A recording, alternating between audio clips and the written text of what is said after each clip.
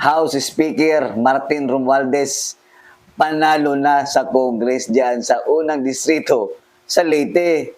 Kasi nga walang kalaban. Tinanggal lahat yung mga kalaban niya. Diskwalipikado na. Ito namang mga alagad niyang mga buhaya din. Abay siguro laking tawa na ngayon at nagbunyi na. Isang magandang gabi mga kababayan. Nagbabalik muli ang inyong lingkod, Sir Coop, Nini Bacali, no? Isa sa mga tumatakbong congressman diyan mismo sa 1st District ng Leyte. Abay nagulat at nagulantang ang lahat kasi nga natanggal ang kanyang pangalan doon sa listahan ng COMELEC. Aba teka, parang naisahan yata or naluto ni Tamba at ni Mr. Chairman ng COMELEC. Abay mga kabayan isa po si Ate Nini Bacali sa number 1 contender dyan, mismo sa distrito ng Leyte. Mapapaisip ka lang, kung ano ba talaga ang dahilan at kung bakit biglang nawala ang kanyang pangalan dyan sa listahan ng mga isa sa mga kumakandidatong congressman dyan sa Leyte. Aba, no, mukhang meron yatang hindi maganda na pangyayari, mabayan. Basahin natin, mabayan, dito sa source natin sa Brigada News.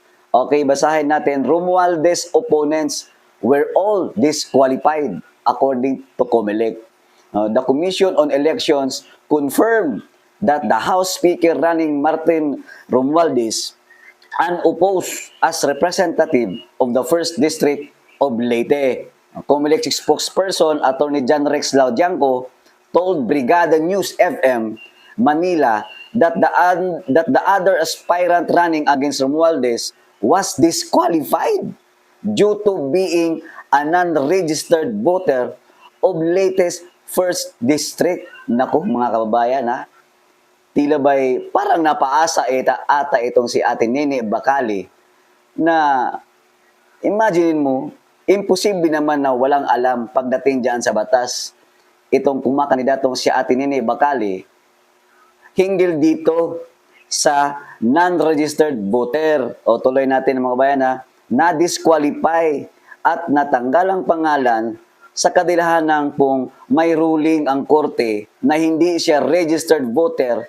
sa lugar na yun. Kaya nagkaroon ng cancellation ng COC, kaya natanggal po yung tumatakbo dyan, sabi ni Laudianco.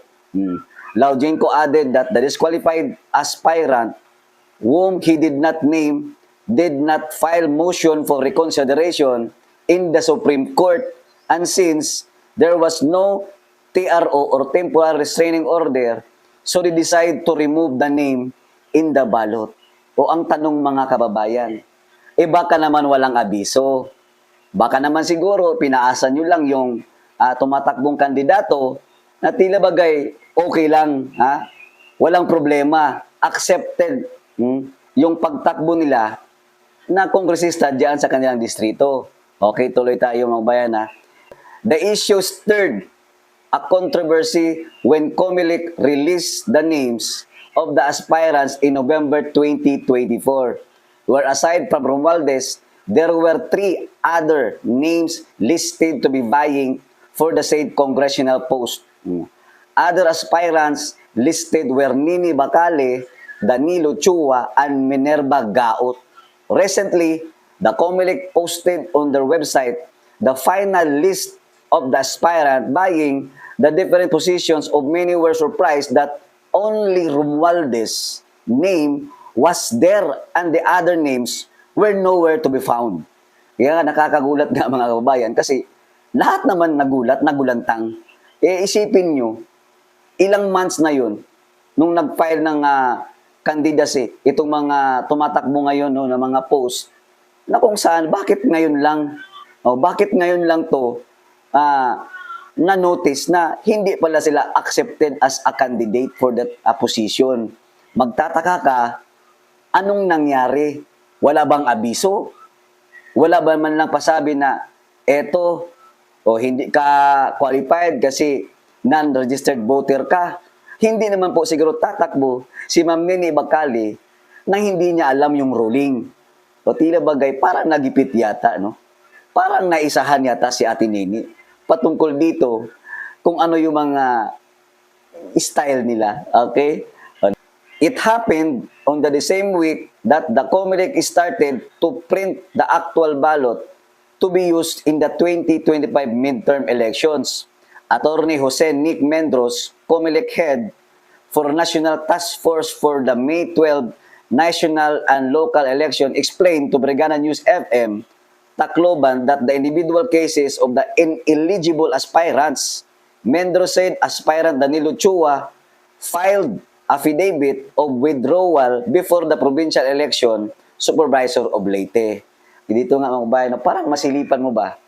Hindi kaya ito planado? Eh bakit bigla-bigla naman na nag-back out o nag-withdraw itong isa sa mga kumakandidato dyan? Okay, tuloy natin. Ha? He added, the aspirant Minerva Gaot was declared a nuisance candidate by the COMELEC in bank while the Nene Bacali was disqualified being a non-registered voter of any areas under the first district of Leyte. Oh, para bang maiisip mo na after all, for how many months mula nung nag-file sila ng kanilang candidacy, ibigla-bigla namang nagsialisan, lalong-lalo na itong si Minerva Gaot, diniklara na nuisance candidate. Aba, planado nga ba ito? Kasi yung dalawa, nag-back out parehas eh. Tapos yung isa, diniklara na nuisance candidate. Samantalang si Ate Nene Bacali na kung saan numero uno yan, nangunguna diyan sa congressional race sa Maylete. O magtataka ka, bakit ngayon lang ito? Ha? O malamang, siguro, magtatanong lang ha, eh baka nga kasama yun sa plano nila.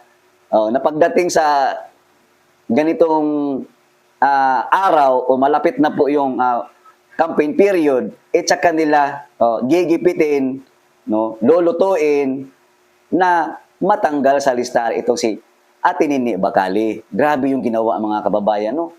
Kung ikaw ba naman isang kandidato, ang akala mo okay na ang lahat kasi walang abiso, no, na i-disqualify ka o walang notice. So ibig sabihin pabigla-bigla lang, abay talagang napaasa, no? Na kesyo ang sabi ng COMELEC okay ka, pwede kang tumakbo, walang problema, pero hindi po sinabi ng COMELEC na may ganito palang mga instances na kung saan diniklara palang non-registered voter itong si Ate Nene Bacali. How sad, grabe mga kababayan, no? Based on election laws, unopposed candidates are not automatic winners as they need to have one vote to be elected and declared winner in the post they are seeking. Paano hindi mananalo? Wala ngang kalaban. Kayo naman, no? Niluloko nyo pa yung taong bayan. Natural yan, wala pang eleksyon eh. Hindi talaga madideklara yan sa tambalos-los na panalo. Ha? Ay, masyado niya naman kasing, ha? Hindi kayo masyado nagpahalata na, kasi nga walang kalaban, siya na lang mag-isa. Automatic na yan. Kahit sabihin natin na wala pang eleksyon, count na yan na talagang si Tambalos-los na ang mananalo dyan sa Leyte bilang isang congressman. How sad mga kababayan, no? Kasi parang nga naisahan talaga si Ate Nene. Napaasa, naluto yata, no, kasama nitong COMELEC chair. Imagine mo naman, ang administrasyon ngayon, malakas si Tamba. So, kaya nilang, siguro, malay natin, kaya nilang gawa ng paraan para magipit si Ate Nene at ma-disqualify. So sad. Grabe yung mga kagagawa ngayon mga bayan sa politika, no? Takot nga sila kasi kita mo naman sa mga survey, nangunguna. Malakas si Ate Nene Bacali diyan sa sa Leyte. Kaya takot si Tamba. Baka masilat pa siya. Kaya siguro ginawa na ng paraan kasama itong COMELEC para ma-disqualify. Ha?